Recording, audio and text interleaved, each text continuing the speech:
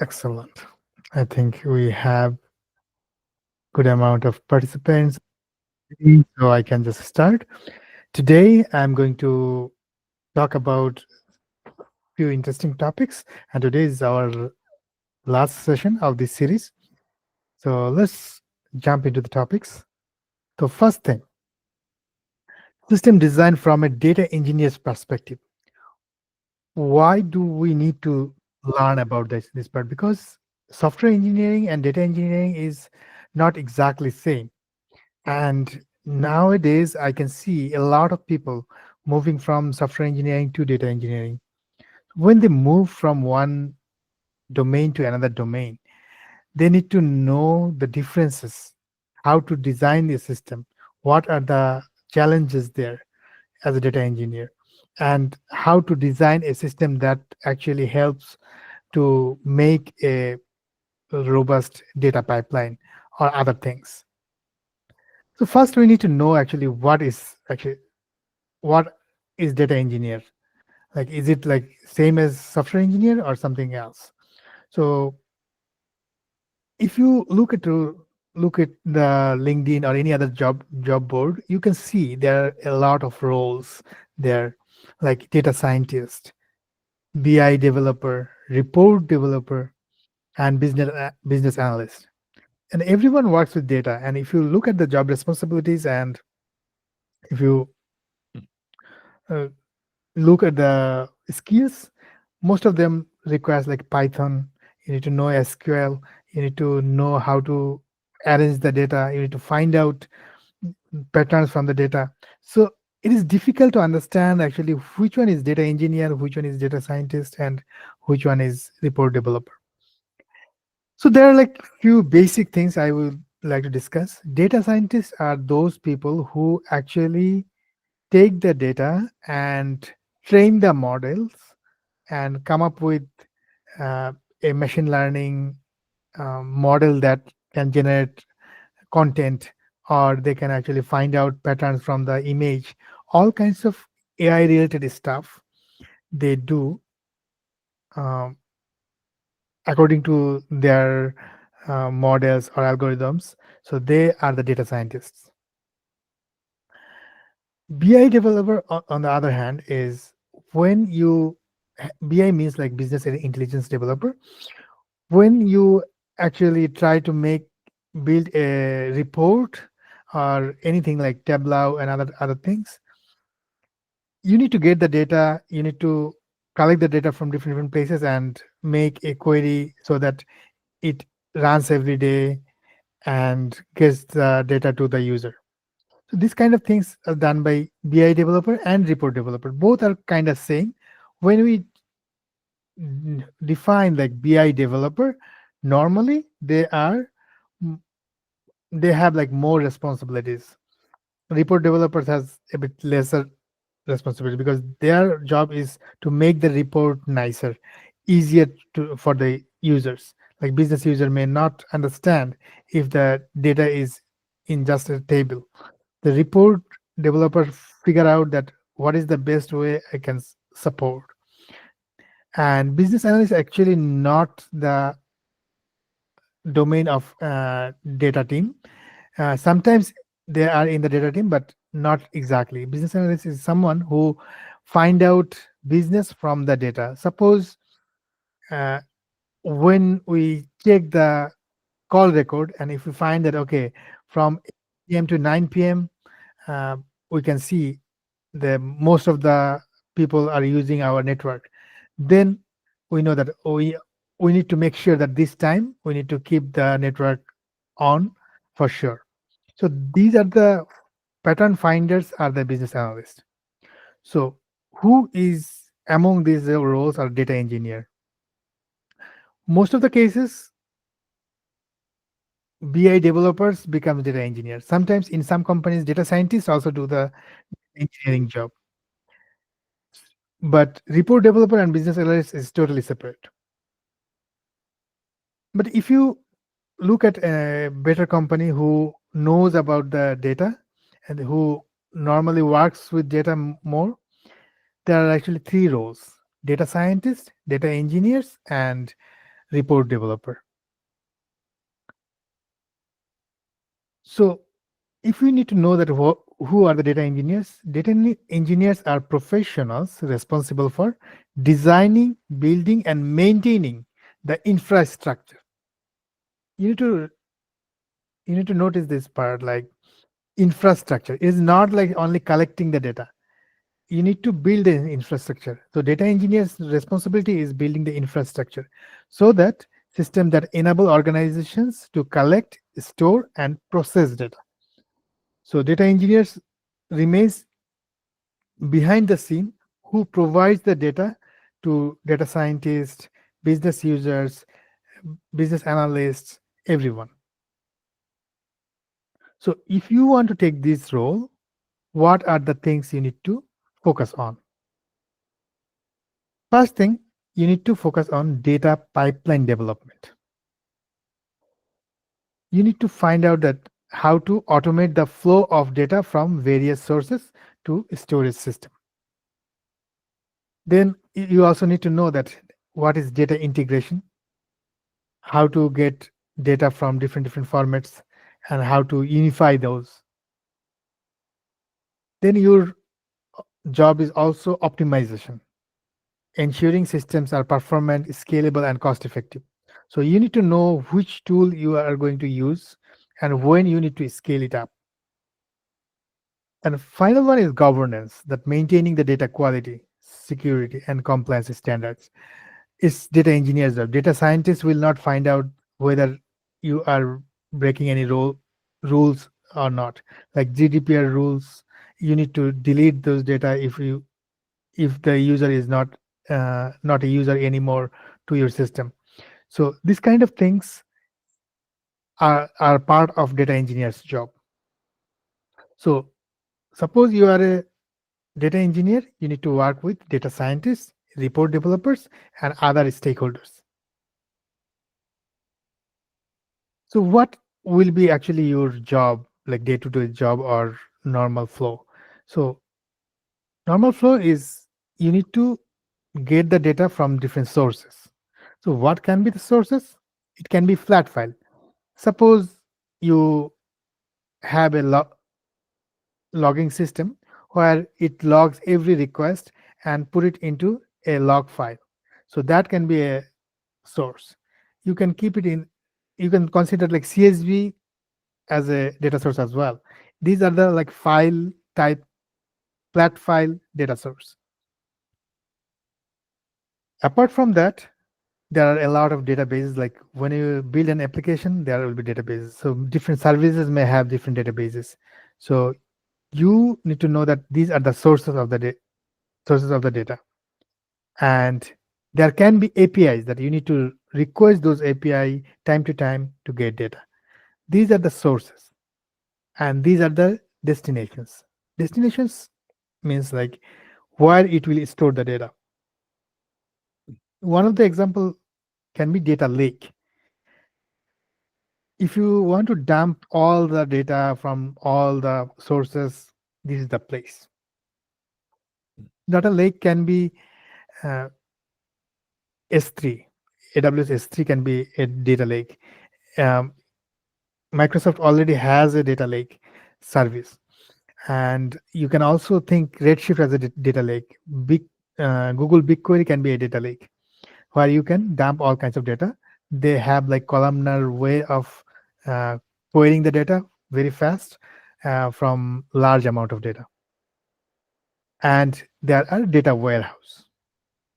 Data warehouse is something where you actually keep data in a way so that analysis on those data is easier.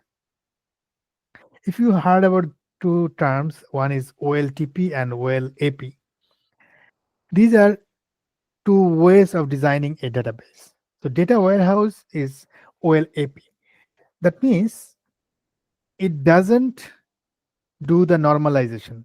Normally what happens, let me give you an example. Suppose you want to design a table where you want to store the information of books. So you will keep the record of the book ID, book name, author's ID. You keep the author's name and all the profile information in another table. That is how you save the storage capacity. You don't want to duplicate the data. So you will do like third normal form. That means you are normalizing the tables. On the other hand, in OLAP, you do the opposite. You keep all the information together so that reporting can be easier. So one table may have a lot of columns like book ID, book name, author's ID, author's name, author's maybe country, many things, even publisher's name, publisher's ID, everything in one table so that when you try to make a report, it will be easier for you. So data warehouse is something like that. And data warehouse also keeps some data mart. That means suppose different department requires different data, it manages those. Okay, this mart is for one department, this mart for another department. This is how data warehouse is designed for analytical purpose. And data engineer's job is to make sure that from source to destination, there is a ETL process running and it works properly. ETL means extraction, transformation, and load. So E means when you have multiple sources, you need to extract data from those. And then you transform it according to your need. If you need to unify it, you need to denormalize it or normalize it, you do that. And then you load it to either data lake or data warehouse.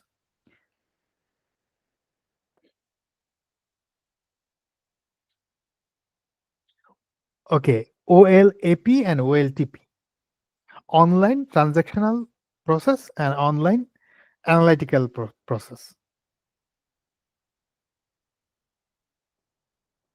So if others also have the same question. So the question was, can the names of two types of structuring the data are OLTP and OLAP.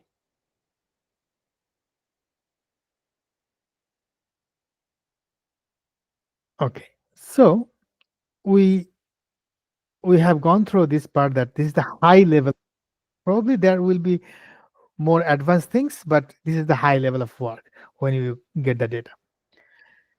Now let's understand, if you get the job to design that, okay, design an ETL system, people hired you as a data engineer, what you will do? So you need to design the system.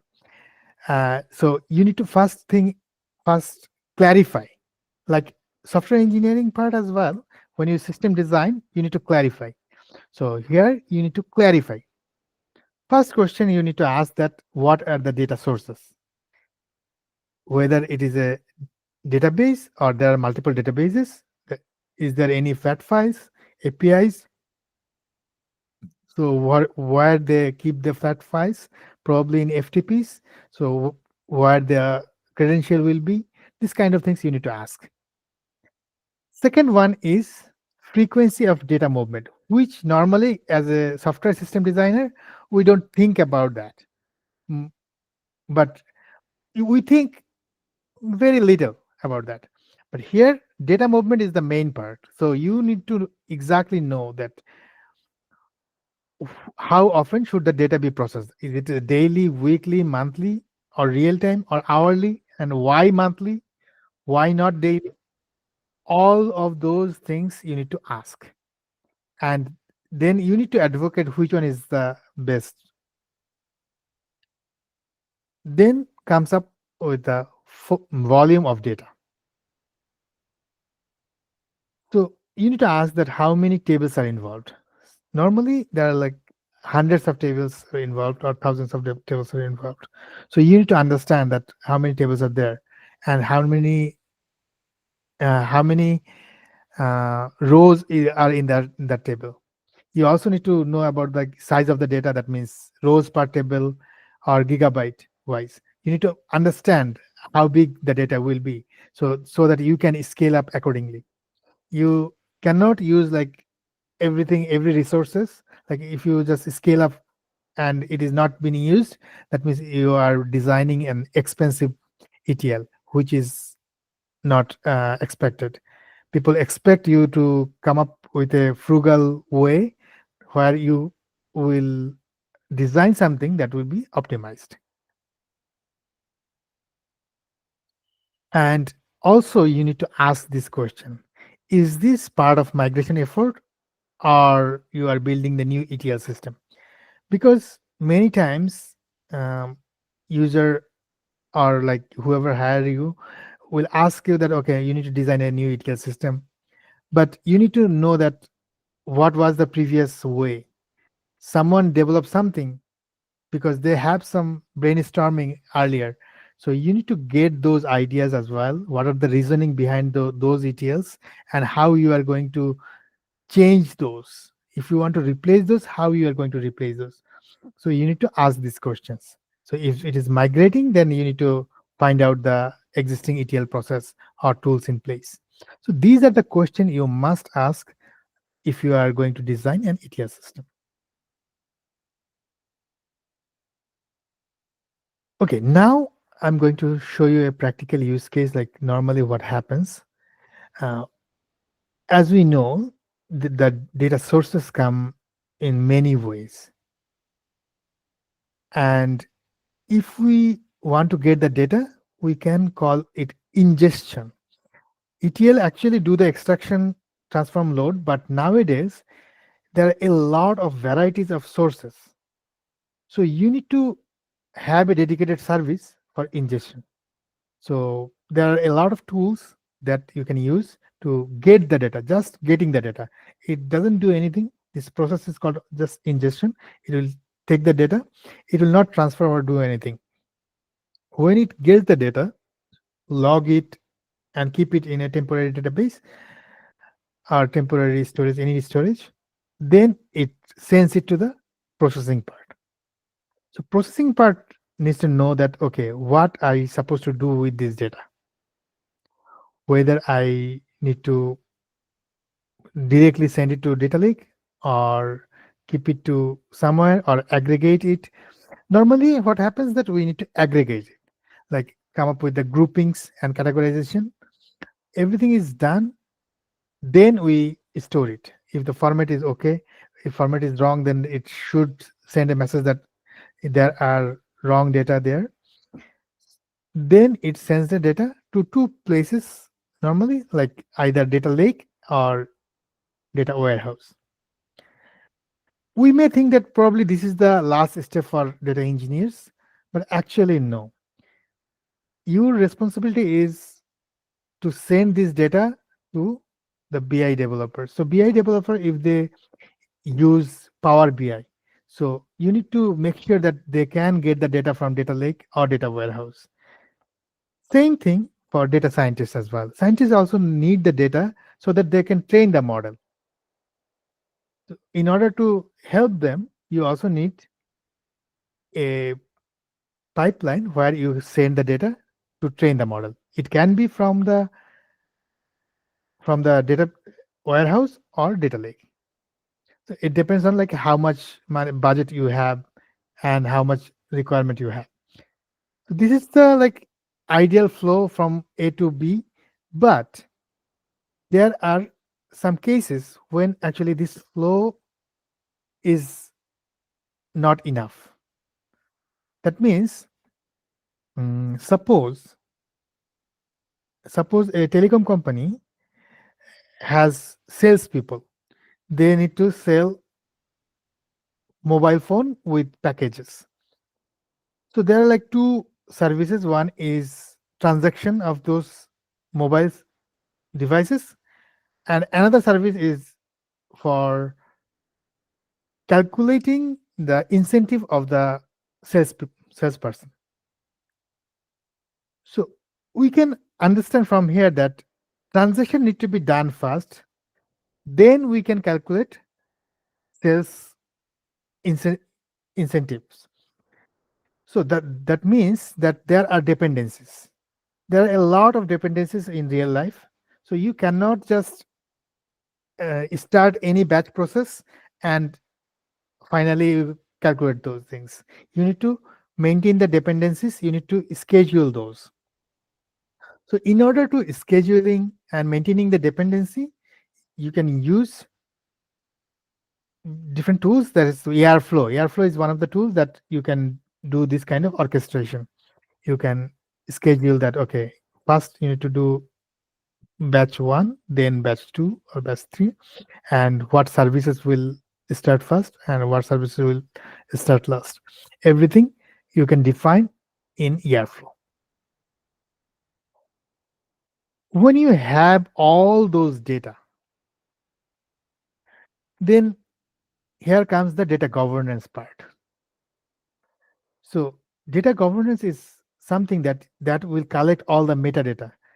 That means it will look for the data whenever data is coming to your storage in your domain. Governance need to understand that what kind of data it is, whether it is a personal information or it's a generic information, and are those, like, if anyone see the data, can they understand it's a data of person A or person B. So all those things remains under governance. So there are some tools like Apache Atlas. So they there all the data comes first. First Atlas collected. Okay, this data came in. Probably this is from this category. This data came in this category. So it categorizes the data, find out that whether we should store it or not, whether we should clean it up or not, and then it stores. So data governance is something that is also data engineer's job. So when you design a system, you need to consider all of those, like orchestration, ingestion, processing, storing, reporting, and governance as well. So the tools I mentioned is actually defined here. Ingestion part, if it is normal data, you can collect it from Apache Nifi. You can use Kafka if there's a real-time data streaming. Kinesis will do the same thing. PubSub also can collect the data. And for processing part, Apache Spark is quite popular. Databricks is also popular now. Flink is another tool. You can use that. Storage-wise, Snowflake is now, like, everyone is using this, all the enterprises, and they are dedicated for this part. But also they have ETL services as well. So every company wants to get the most chunk of the pie. So they also have different services, but their storage service is the most popular. Google BigQuery, Redshift, S3, all are kind of storage services. And for orchestration, you can use this Apache Airflow or Prefect. And the final one, governance wise, you can use Apache Atlas and Data Hub. So if you want to move your career into data engineer part, you need to understand these kind of things, and you need to know how to design this part. Then you can move to data engineering roles. Do you have any question here?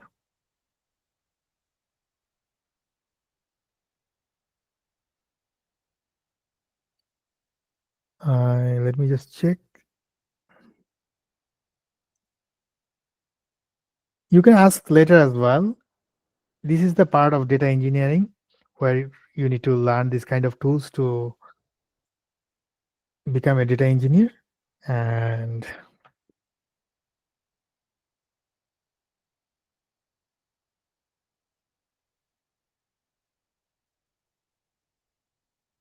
okay, so now I'm going to discuss about something else. Any comments or the section about time series DBs? Time series database. Okay, time series database is another thing that is very much helpful for reporting, and for business it is quite, what do you call, quite important. Normally what happens that we we don't. Okay, let me answer one by one. Normally when we use OLTP system, we design a system, we normally don't use time series data.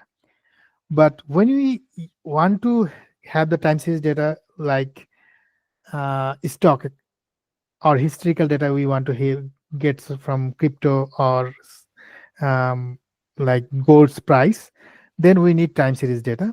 And that is totally one domain, different domain normally, where we need to keep the data in a way that we can get the time series analysis easily.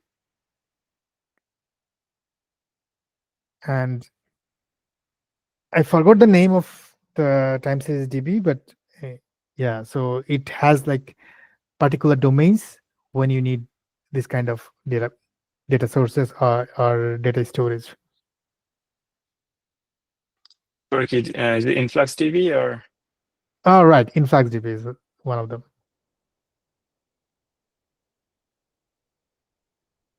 Any suggestion how to go about learning these tools?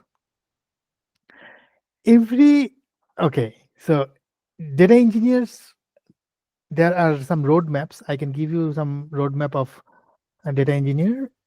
If you go to roadmap.sh, there are a lot of roadmaps there. You can take the data engineering roadmap, and according to those, you can actually get this.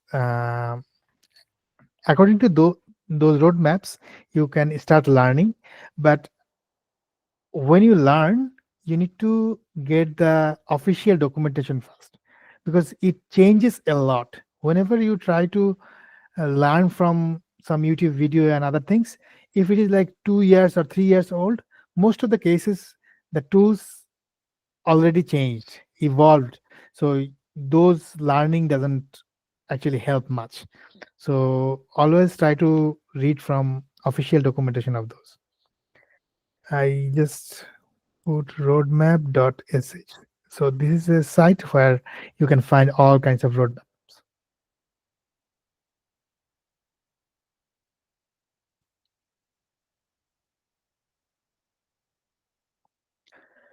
Okay, if there is no more question right now,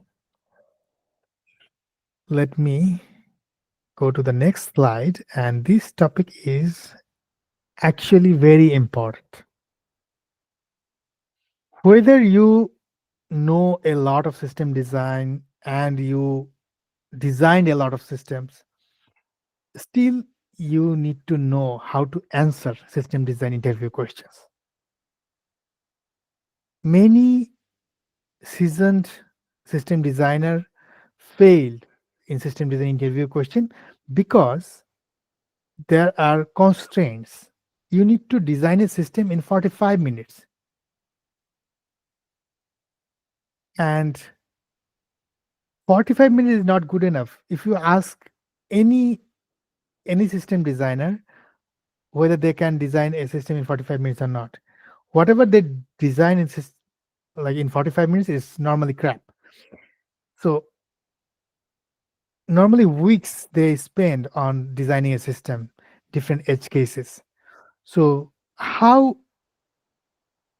come an interviewer expect that you will do it in 45 minutes? That means you need to prepare for that. Okay, there are 45 minutes. How can I divide those times, and what are the things I should consider to discuss, and what are the things we should skip?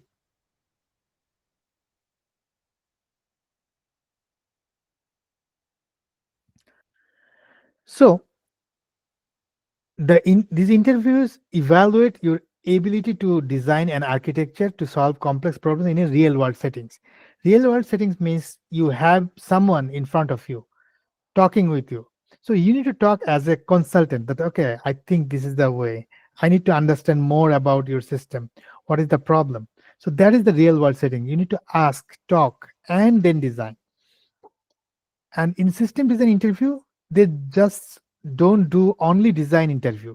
They do the behavioral and engineering management assessment as well. So when you ask questions, if you get angry with the answers, then there is a problem. There is a red flag. They will not try to bring in someone who has this kind of issues, who get panicked. So normally, system designer is a bit higher role. So for mid-level to senior level candidates, they do this kind of interview, and they check that whether behavior way or engineering management skill way you are good fit or not.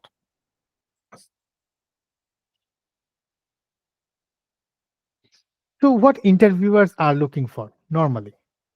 Interviewers don't expect you to create 100% perfect solution. That's what I said. And they think that you can design the blueprint of the architecture and you can analyze the complex problem. Analyze is the most important part. You need to come up with the problem as well. They will not say the problem. You need to find out the problem. So that, okay, if we design this way, probably there will be a problem. There will be a lot of reads required. There will be less read required or read operation required. So you need to analyze those, and that's how you will design. But first, you need to know how to analyze the problem. Then you need to discuss with multiple solutions. That's another part that we normally do mistake, that we come up with one solution. Okay, this is the way we will design, but that is not the way. You need to come up with multiple solutions and then find out the pros and cons. If you don't do that, you will not get the proper mark on that interview. You need to say that why you choose solution one and why didn't you choose solution two. Apart from that, you also need to show the numbers, like why. You know the cap theorem, so you need to advocate your solution using those cap theorem as well. Okay, so how do you design? There is a framework. If you use this framework, you will stand out. So let's go through the framework. There is a 5-step framework. This is the framework. If you follow this way and if you can complete this properly, I think most of the cases you will pass. There are no actually right or wrong things. You can follow this step or you cannot. You may have different way, but this is one of the uh, proven design, proven framework that many people suggested. So first one is defining the problem. You need to ask clarifying questions. And first 8 minutes, we just make it 8 minutes, but at least 5 minutes you need to ask the question. Don't jump to the solution. First 5 minutes, if you see that you within 1 minute you understand what is the problem, don't start giving the solution. Ask more question. That means something is wrong if you understand by 1 minute. There are some hidden things that you may not actually discovered. So that's why first 5 to 8 minutes discuss, talk about that. If it is like 45 minutes interview, then you start designing. Don't make the complex design. First make the system design that we made earlier. That's okay. This is a service. This will get the data from this database. That's it. Or probably if we have API gateway, so put the API gateway in front, done. So there's like small thing. You think that probably there are like 10 users, not more than that. Whether your service properly serve them or not. Then you deep dive into the system.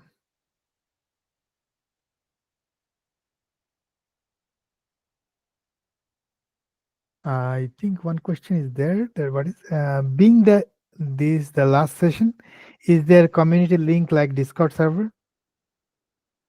I don't think we have a Discord server. Asanul, do you have any Discord? We do have a Discord server, but if you have questions, you can always ask on our meetup group. I can share the link. I mean, you all signed up there, so I mean, you can always ask the questions there. There is a messaging system. Excellent. Okay. Let me. I saw someone raise hand. If someone raise hand, you can ask the question right now, or probably by mistake. It's okay. Let me talk about the second one, like a third one. Deep dive into design. When you make the high level design, you get the approval from this person that whatever I'm doing, is it correct or not? I designed that there will be an API gateway, there will be this database and that. When they say that, okay, it looks okay, I think it will serve this, then you come up with the more edge cases. When they said, okay, no, it is not okay, you then add more things there. There are probably multiple services depending each other. So you need to design those, you need to make it bigger and cover all the edge cases. When you have these edge cases ready, that means you already deep dive into the design. They will ask you about why did you choose NoSQL rather than RDBMS. Then you need to come up with this justification. Why did you do that? And if you think that, okay, you did a mistake, then you need to change those. If you want to use Redis, why you use Redis? Why don't you use Redis? This kind of things. This is called deep dive into the design. You need to discuss with them with every details of your design and how the data will communicate. If something fails, how it will uh, spawn again. So these kind of things you need to discuss in the deep dive design, but don't spend too much time. 10 minutes is more than enough. Spend those time discussing about this design. And number 4 is actually bottlenecks and scale. That means if something is the bottleneck, then you need to scale, right? If the database is making the bottleneck, then you need to find out that how can you have multiple database, or do you have the ability to shard this database or not? Whether you can do indexing or not, so that the performance will be higher.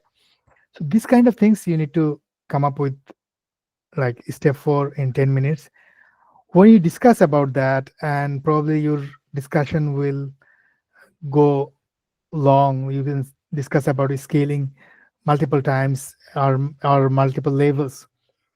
But you need to remember, don't spend more than 10 minutes, or at least keep the last 5 minutes. uh, I would say, like, maybe you can keep the last 10 minutes, but you for sure you need to do the review and summarize the design.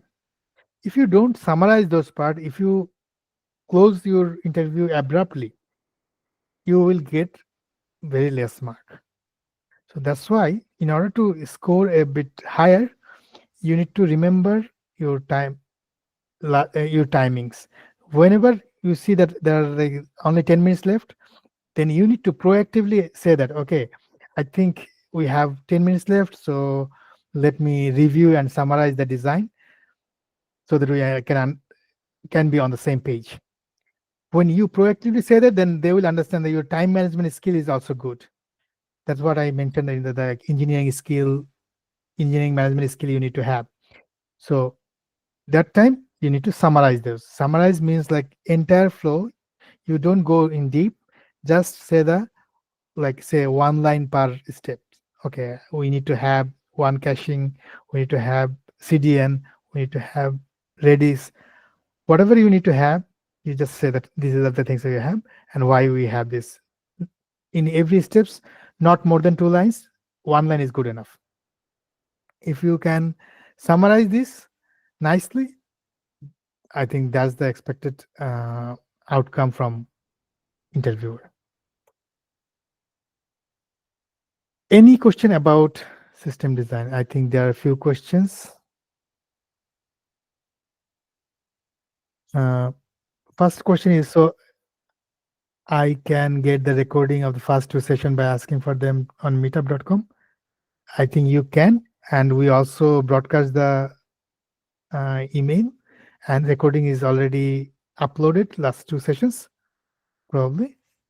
And then actually, if you still cannot access, definitely you can communicate with us. We'll figure it out. Yeah, I just shared the link. The videos link is on YouTube. So if you just click the link in the message, should be able to get there. Please don't forget to subscribe. Thanks. Excellent. Raymond has one question. Is it common they would have follow-up question after the 5 steps, just like the coding interview? If so, what are the most common types of questions?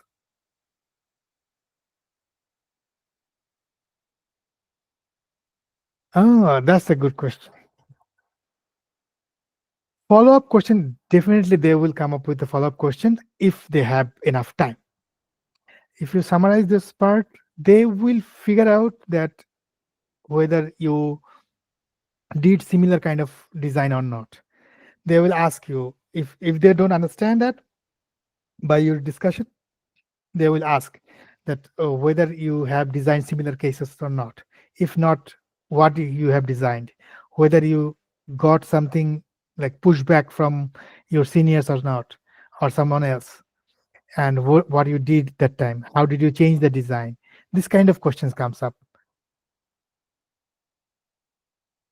In Amazon, there will be like, at least normally there will be like 2 interviewer who will ask this kind of questions, and like your previous experience mainly they will ask, or in system design calculation wise, normally if you remember, there is a calculation called back of the envelope calculation. They will normally focus on that part, whether your calculation is correct or not. If you didn't think about image upload, then they will ask about that. Okay, uh, we discussed about image upload, but you didn't say that how many uh, gigabyte of data will be uploaded every month. This kind of question they will come. But normally in 45 minutes, if it passes 45 minutes, they will not prolong it. They will just abruptly cut it. Okay, 45 minutes done.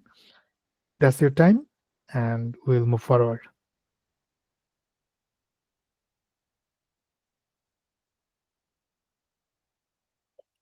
I have another question. I'm new here, and the book would you recommend for system design for data engineers? Hmm.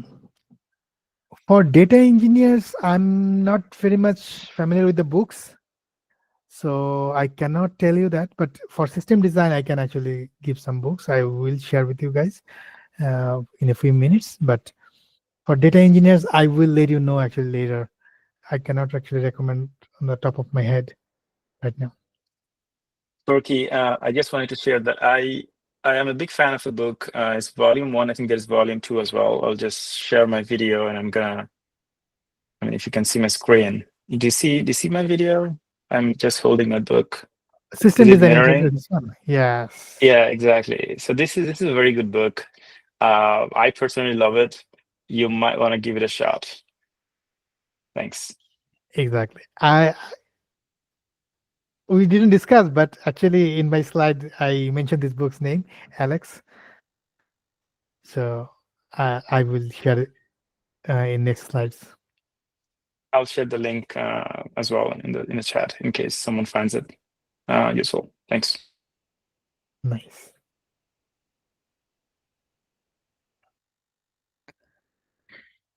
Okay. So since we have learned many things about system design, and now we need to actually practice by ourselves. We need to learn from the experts who spend a lot of time designing systems and figuring out what is the best way to design any system, how to scale things up, and how to design microservices. So we'll go through those books and some resources from blogs and YouTubes. So let's go first 3 books that I recommend. First one is Building Microservice. Sam Newman actually did a great job here. Whenever you design microservice, if you understand his philosophies and design those way, then you will have less headache in future. So I recommend whenever you are going to build any microservice, first read this book, at least read the first few chapters and then start designing system. Second one that uh, Asan just mentioned, system design interview. This is the best book I'd say for the interview part. So it has very nice diagrams.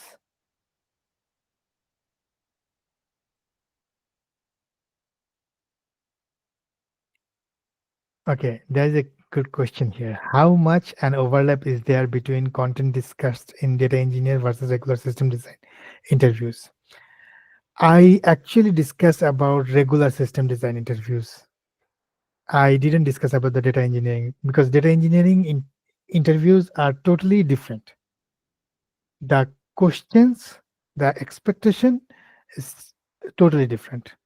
So with this knowledge, like only the structure you can take, but the way you need to design a system, you you need to actually learn those. So you can do the same thing that defining the problem means what are the data sources. You cannot ask the what are the features. You need to ask that what are the data sources, where it will go, and whether what is the data volume. The clarifying question you need to ask there. That is the part you can take it from here. But designing high level system design is totally different. Like building API is your job here. But as a data engineer, building API is not your job normally. Your job is consuming API and getting data from the APIs. So it's kind of totally opposite. So that's why when you do the data engineering job, you can follow the structure, but entire part is totally different. The question they will ask, the challenges you face as a data engineer is totally different than system design.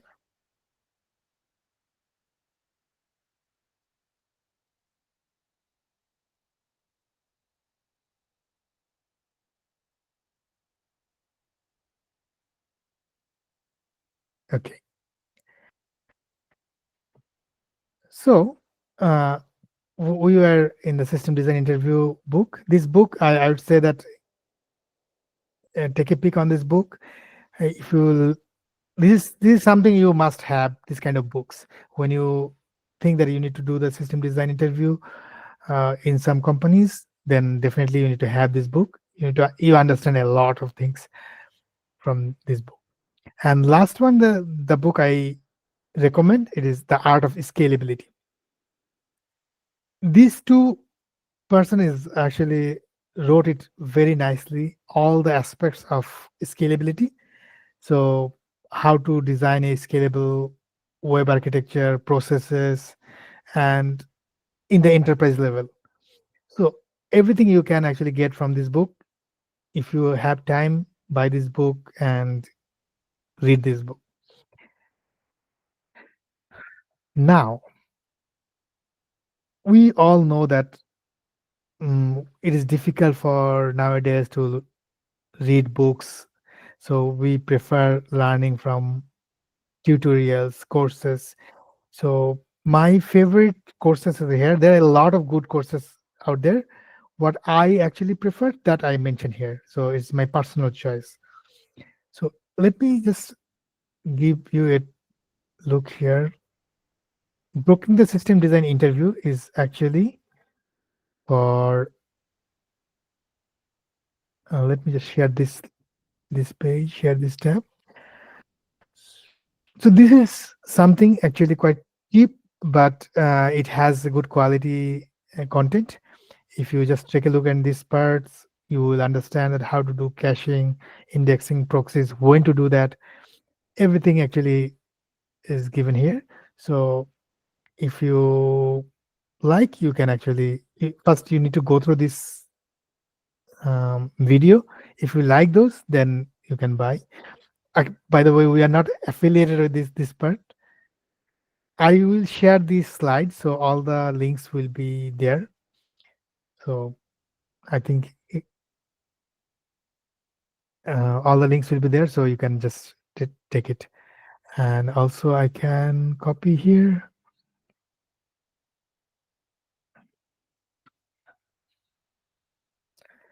Second one is Don Martin's System Design Primer. So if you take a look here, it's a GitHub repo, but it has a lot of information there. You can actually go through this one. It has a lot of definitions, study guide, approach, everything. So this is something that I like. And the final one, if you are like just starting the system design, you need to know the basic in a simpler way, then you can use the last one only for the basic learning. Let me open the link, and where is that?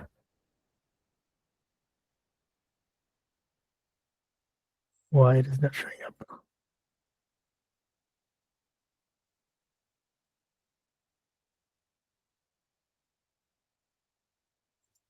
Something wrong? I think I need to find out why it is not working.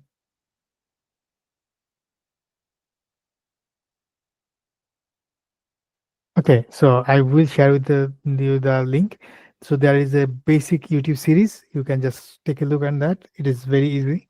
So we can start with that.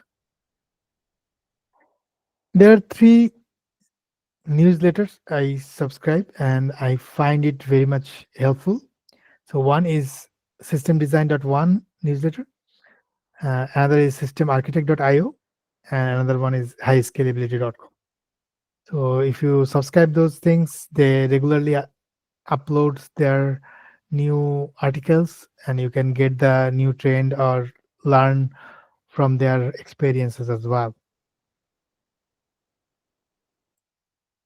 And these are two person I like their content. It's very easy to understand, especially Neo Kim. His way of writing is very easy. Like you don't need to let he breaks down everything into smaller parts, so you don't need to actually overwhelm with many things altogether. If you just follow him and go to his articles, you'll see that every diagram is like a smaller diagrams, and then he comes up with the final one. And he also describes how Uber works, how uh, other services works, Yelp works. So he has his own way of describing things. So if you follow those people, I think your knowledge will be increased a lot. Sometimes my attendees actually say that whether I can share these links as well. Mm, mm, We shared this one in the first session about diagrams.net, Lucidchart, and Excalibur. So if you want to practice diagram drawing the system design, system architecture, you can try out this one. Anyone, but you need to be handy with that. Whatever you like, you just choose that one, try to use as much as possible, and then you will be ready for the interview parts. So when you have like 45 minutes, your drawing is for like 10 minutes. So you need to be very much familiar with those tools so that we don't need to search for the tools. You only think about the system design. I think that's the part of resources. Do you have any question here? Oh, okay. Yeah, right. Basic become the part of the URL. I will fix those one and share with you guys so that it will be accessible. Any more question from anyone about resources?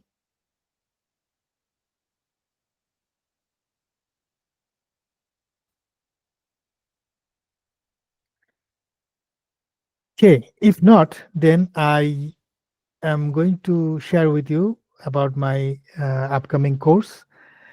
So I have a plan to start this course actually, like other courses, but it will have mainly project oriented course.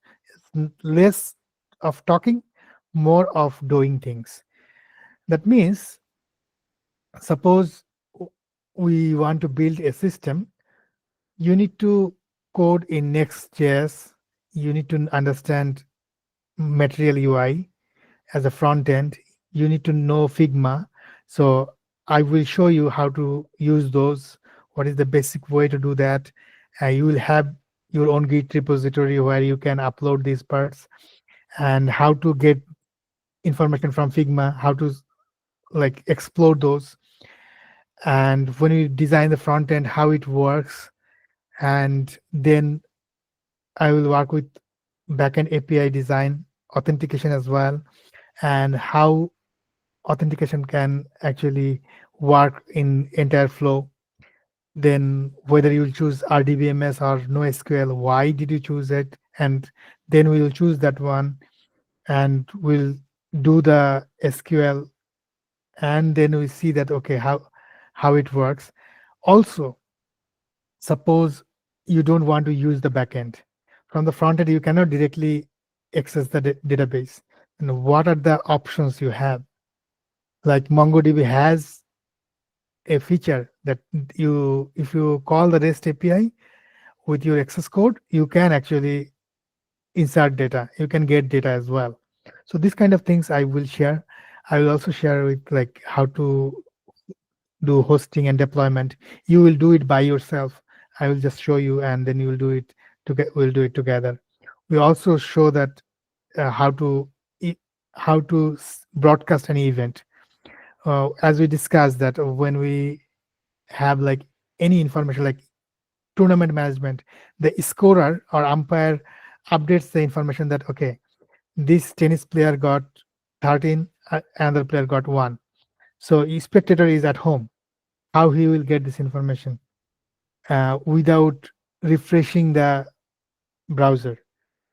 How WebSocket works? How if there are like a lot of spectators, how it will broadcast to everyone at the real time? So these kind of things I will share in this course. And so if we break it down into 4 parts, we'll learn about HLD, LLD, development and deployment. HLD wise, I'm just putting the highest priority things like RESTful API development, event-driven architecture, and access database options. Then LLD, we need to do the LLD part as well because we need to design the schema, we need to design the services, and design API. Same thing for development, we need to code, we need to test as well. In the deployment part, we'll see how GitHub Action works, how we can leverage CD services. Like there are a few services that is free. If you have the GitHub repository, if you configure that, it automatically deploy. So you will learn that those are as well. And we will, this is for actually fresh graduates. I'm targeting fresh graduate, but it is not mandatory for only for fresh graduates or a student who pursuing their degrees. Anyone who wants to work on these kind of things, they can actually join this course. This is like 8 weeks hands-on learning. I'll give you some homework as well if you join. Then you need to do this one. You need to open the PR request. How in a collaborative way you can contribute to a repository. We will learn together, and we'll start it like 1st February, or I think 1st February is a good time to decide and make the course outline properly. And what you will get here, you will get the guidance. You will make the real world application so you can add it in your profile. Definitely these kind of things, when you have in your GitHub, your career will boost. You will learn many things, and you will also have the networking opportunities. Like same-minded people will discuss, and you learn very quickly. So these are the things you will get. So these are the things I will have in this course. If you like it, actually you can inform, and we will also actually notify everyone when we finalize uh, the date and other course outlines. Thanks, Berkey. I just shared a link. So if you're interested, you can just leave the details there. and someone will get back to you, and then we can explain in details all your questions. The form is in the link. The form is in the chat, Google form. Thank you. Cool. Okay, I can see there are like two questions here. One is the way they evaluate system design interview, just like the way they do for solution architects. And do you happen to know any difference? This is just, okay, there are some differences. Mostly when you do the system design as a software engineer, you don't need to think of budgeting. But solution architects also need to know about the budgeting. And they normally they have been asked about complex system, not a simple system. So like, so how do you, if you have like Alexa and you want to update the software, how you will do it, how to design this. So this kind of things comes up when solution architects has the interview.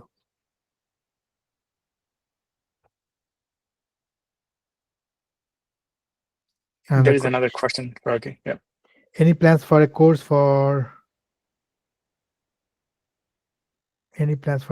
more mid-levelers looking to upskill and prep for system design? There is other question, I think, from. Sorry, I'm not sure if I'm spelling it right. Abhinaya.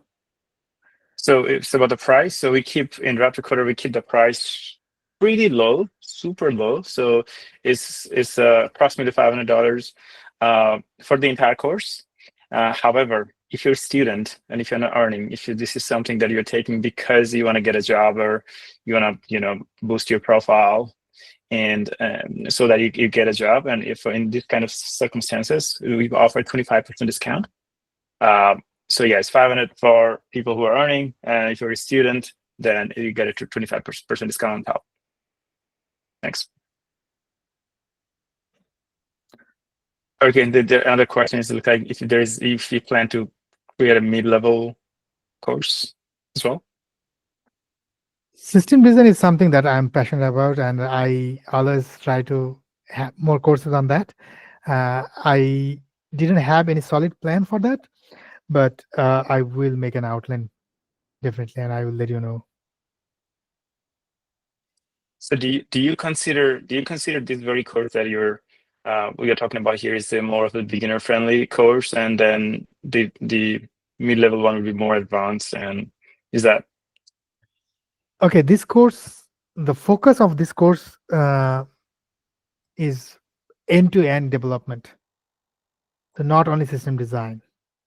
So we will take a smaller part of the use cases, features, functional and non-functional requirements, and develop entire thing, so that we have the confidence to say that, okay, I can build these things. I have built this one. But only for system designer, this course is not good enough. So I think we need to expand more topics for the system designer for this reason. Or if we change this one, like coding part, if we remove the coding part mainly, which will take a lot of time, then system designing can be one of the things that we can actually say that it is for mid-level system designers. if you only focus on system design, then we can cover more content, then it becomes a mid-level system design course. All right. Exactly. Awesome. Thank you.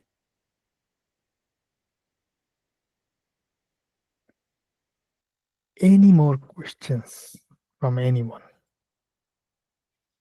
Another question from Rick. For designing DB, is there something more apart from PowerPoint, and it is current replacement Excalibur? Designing database is totally different thing. We haven't touched that part. Designing database is part of low-level design, where actually in this course, we have this designing schema part where we will design what kind of tables will be needed for this system, and what are the things we will consider when to index, and what are the fields we need to keep in one table, and what are the fields we need to keep in another table, and what will be the relationships. These kind of things will be in LLD part, and it will cover the basic part definitely. So That brings me to a question for, okay, so is it going to be a relational database or is it going to be a document-based database? I think this is a very important question that someone might have this question in mind. yes, so we will decide which one is better when we build something unstructured. For this case, actually, there will be many kinds of information. We'll keep it into a NoSQL, but I will justify why it is NoSQL. Why don't we use RDBMS when we design? Actually, I don't need to say that.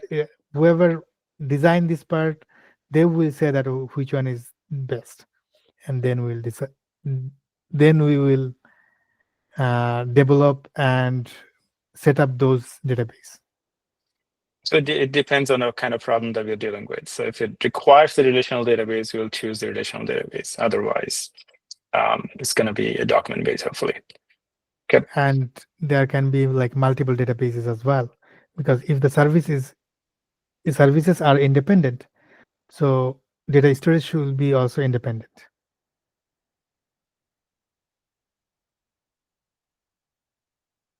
Awesome. Thank you, Faruqi.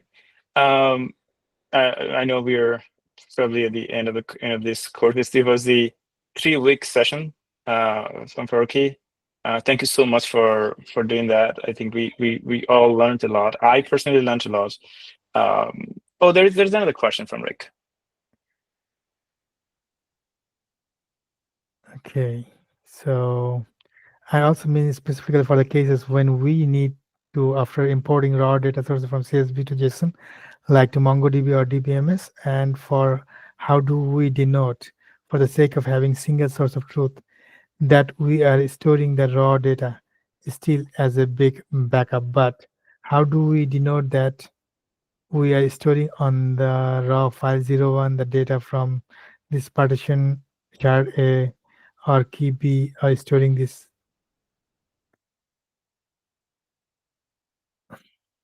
This is quite a specific question. Why did the mapping between the raw data and the data imported already on a database?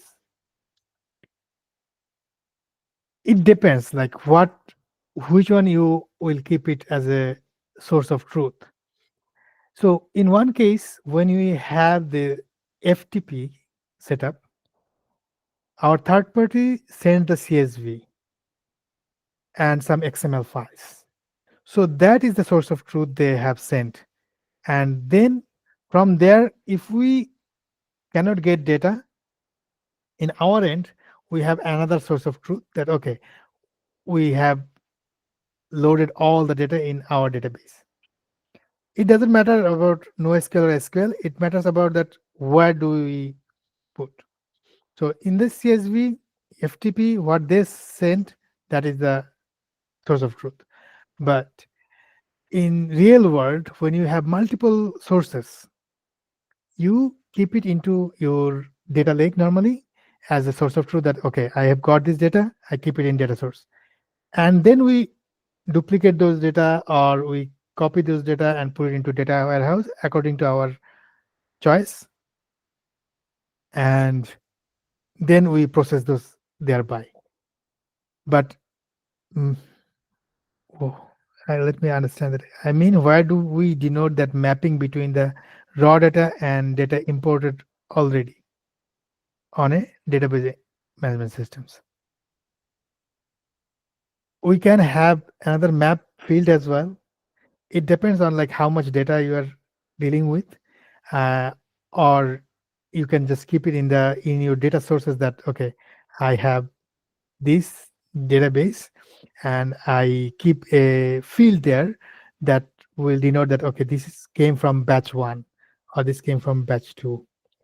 And normally, this kind of data is not OLTP data, it is OLAP data. When you have the data, you want to analyze it or process it. So you can have a lot of columns there.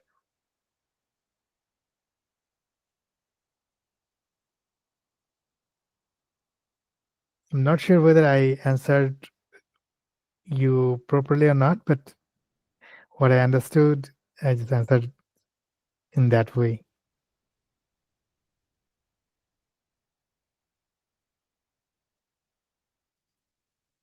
All right. Any other question?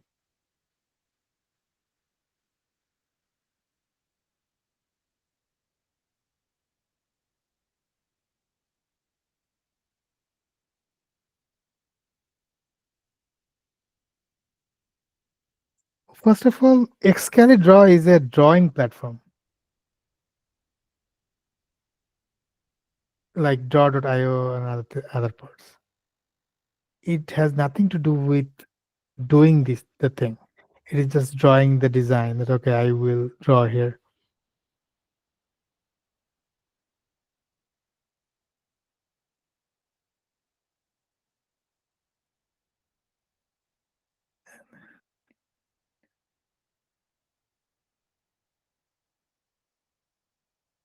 Right. The approach we give to them on the limited time period of an interview. Yes, but we draw in, okay, I think I didn't understand properly the question. We draw in a service like Excalibur or draw.io, then we put it into Confluence to keep there, but we cannot just directly map it to a system.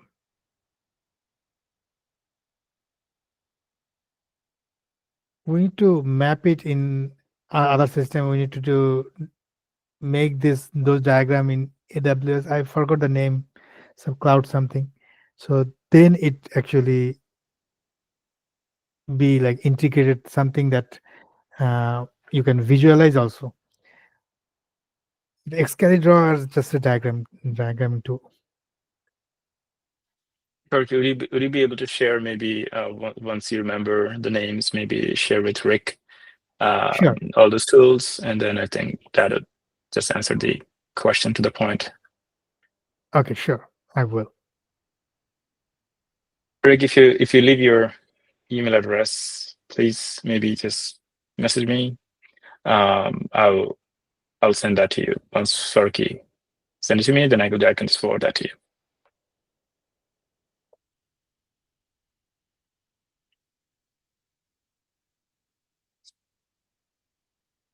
And all right. So I guess we're at the end of the session. I'd like to thank you all for joining, and I hope there will be more sessions coming from Faruqi next month.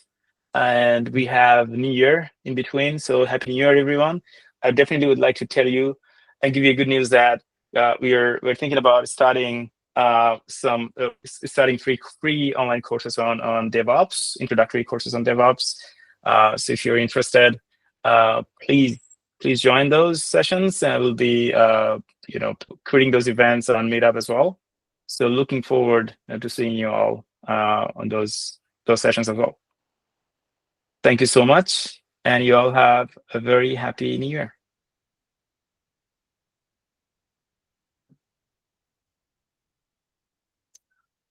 Happy Bye, New Year, everyone. everyone. Thank you, Farki.